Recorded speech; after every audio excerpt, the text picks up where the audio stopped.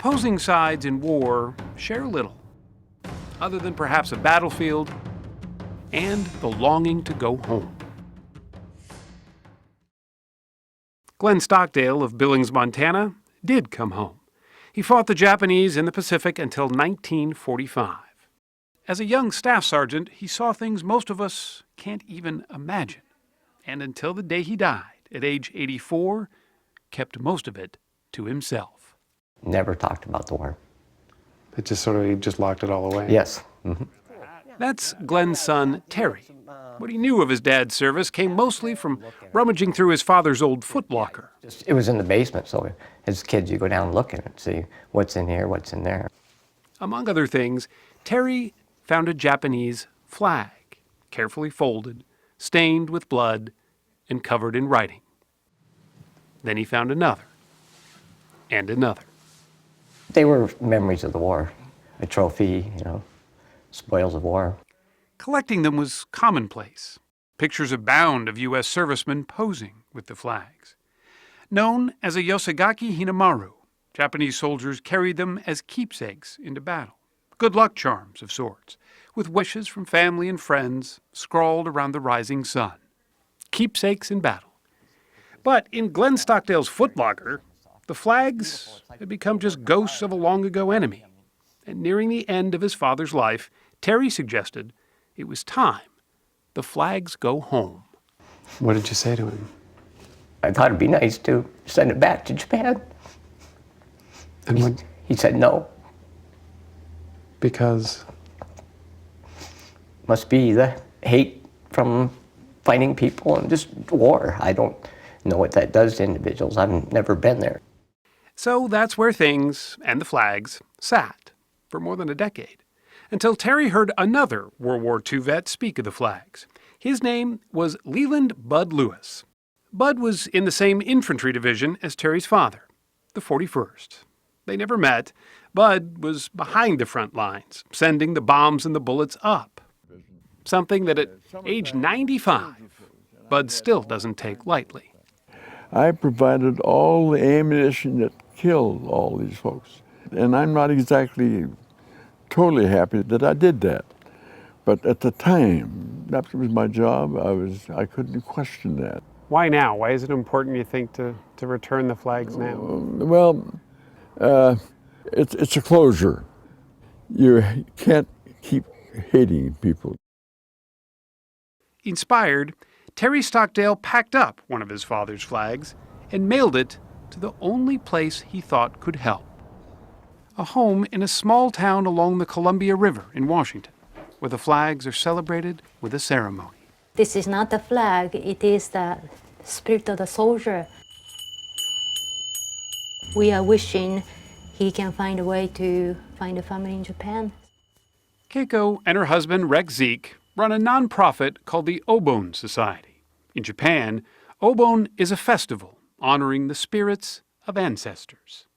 They've turned their attic into a makeshift war flag research center.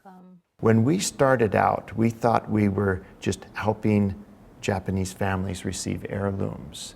Then, as this progressed, we realized we were connecting these families. Lots of personal message and many signatures. Keiko's own grandfather died fighting in the Pacific, but his grave is empty. No bone, no remaining item, nothing came back. But one day, his flag did. We all thought that the spirit of the grandfather finally wanted to come home to see us.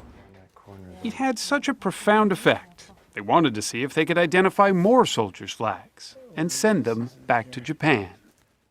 Once word got out, they were stunned.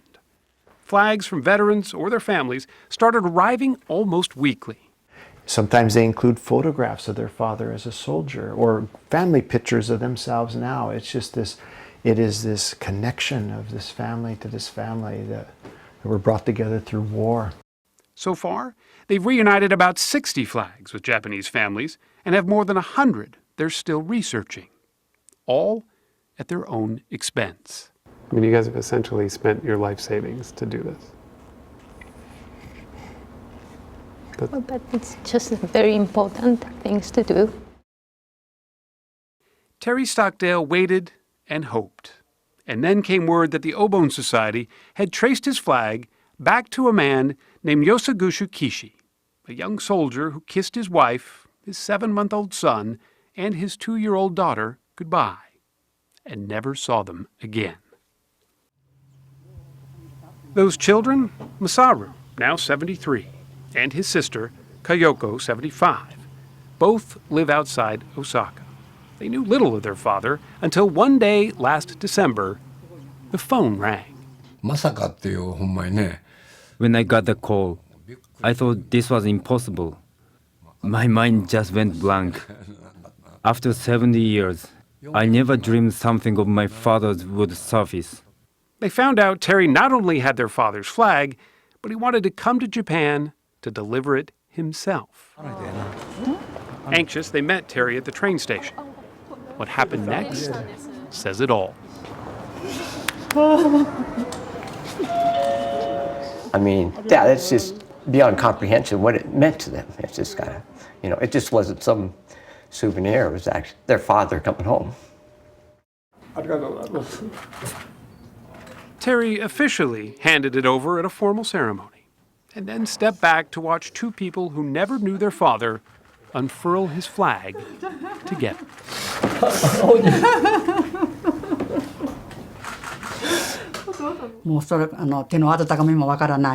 We don't know the warmth of his hands, the sound of his voice. I can't remember a thing about my father. And I said, "I'm sorry, Dad," to that flag. "I'm so sorry." Now, where Mr. Kishi prays, sits a framed photo of Terry, a captured moment, a generation in the making. The old saying, it's better to give than receive. It just feels so good to do something for somebody. As for his own father, well, Terry hopes that Staff Sergeant Glenn Stockdale is also finally at peace. He'd be proud of me. He would know it's the right thing to do.